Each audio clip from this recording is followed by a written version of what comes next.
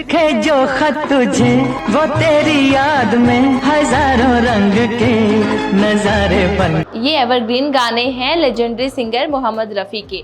मोहम्मद रफ़ी आज लेजेंडरी ना होते अगर 1933 में लाहौर की नाई की दुकान में पंडित जीवनलाल की नज़र 9 साल के नाई फिक्को यानी मोहम्मद रफ़ी पर ना पड़ती। उनके सिंगर बनने और उनकी ज़िंदगी से जुड़े कुछ बेहतरीन कहानियों के बारे में जानेंगे। नमस्कार, आप देख रहे हैं जनहित टाइम्स का एक खास शो किस्सा। मैं हूं आपके साथ आंचल श्रीवास्तव। मोहम्मद रफ़ी का जन्म 24 दिसंबर 1924 को कोटला सुल्तान सिंह अमृतसर में हुआ था।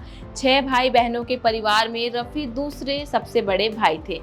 इन्हें घर में सब प्यार से फिक्को बुलाया करते थे। रफ़ी एक रूढ़िवादी परिवार का हिस्सा थे जहां नाच गाने पर पाबंदी थी, लेकिन रफ़ी सबसे अलग थे। गांव की गलियों में गाना गाते हुए एक फकीर को देखकर रफ़ी ऐसे प्रभावित हुए कि रोजाना उसे सुनने का इंतजार करते थे। उस फकीर की नकल उतारते हुए रफ़ी साहब खुद भी रियाज करते थे। 9 साल की उम्र में रफ़ी का परिवार लाहौर शिफ्ट हो गया था।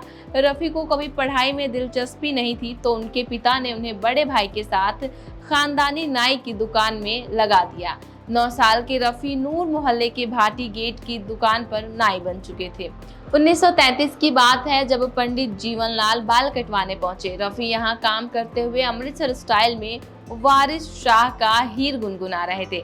इस आवाज में एक जादू था जिसने जीवनलाल को प्रभावित किया। जीवनलाल ने रफ़ी को ऑडिशन के लिए बुलाया, जिसे उन्होंने आसानी से पार कर लिया। जीवनलाल ने ही उन्हें पंजाबी संगीत की ट्रेनिंग दी और रफ़ी गायकी में माहिर होते चले गए। एक्टर और प्रोड्यूसर नाजीर ने मोहम्मद रफ़ी को 100 रुपए और एक टिकट भेजकर बॉम्बे बुलाया। यहाँ उन्होंने फिल्म पहले आपका गाना हिंदुस्तान के हम हैं रिकॉर्ड किया। नौशाद ने इस रिकॉर्डिंग का किस्सा सुनाते हुए बताया कि देशभक्ति गाने में साउंड इफेक्ट देने के लिए सभी सिंगर्स और कोरस गाने वालों मिलिट्री वालों के जूते पहनाए गए थे। जूतों की आवाज से ही साउंड क्रिएट कर रिकॉर्ड किया गया था। जब रिकॉर्डिंग पूरी हुई तो मोहम्मद रफ़ी के पैरों से खून बह रहा था, लेकिन उनके चेहरे में चमक थी। ये चमक थी अपना पहला हिंदी गाना रिकॉर्ड करने की। अनमोल गुड़िया, शहीद, दीदार, कोहिनूर जैसे फिल्मों में बेहतरीन गाने गाते हुए रफ़ी साहब स्टार बन गए। बैजू बावरा में प्लेबैक सिंगिंग करने के बाद रफ़ी ने पीछे मुड़कर नहीं देखा। नौशाद, शंकर जयकिशन, SD बर्मन, OP नैयर, मदन मोहन जैसे संगीत निर्देशकों की पहली पसंद बन चुके रफ़ी दिलीप कुमार, राजेंद्र कुमार, धर्मेंद्र, शम्मी कपूर और राजेश खन्ना की आवाज बन गए। 60 के दशक में रफ़ी साहब की टक्कर का कोई सिंगर नहीं था। हालांकि 1970 तक किशोर कुमार के आने के बाद हिंदी सिनेमा के पास 2 दिग्गज सिंगर हो चुके थे। 1938 में मोहम्मद रफ़ी की शादी बशीरा बीबी से हुई थी, जिससे उन्हें एक बेटा हुआ।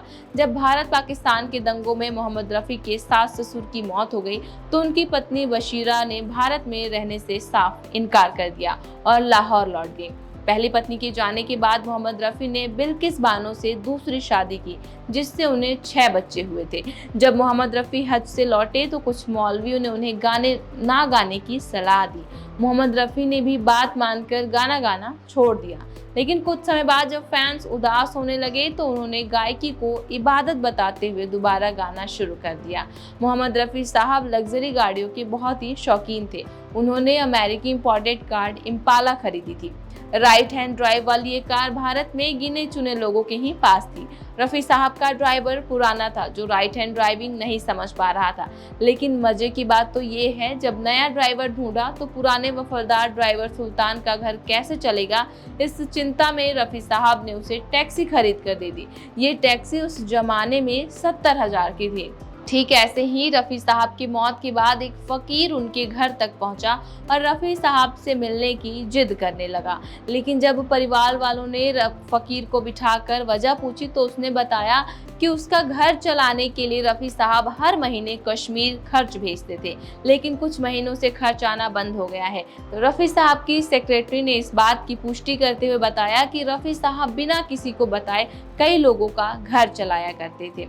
एक और किस्सा आपके साथ साझा करते हैं कि रफ़ी साहब एक शो के लिए ब्रिटेन की कोवेंट्री पहुंचे थे।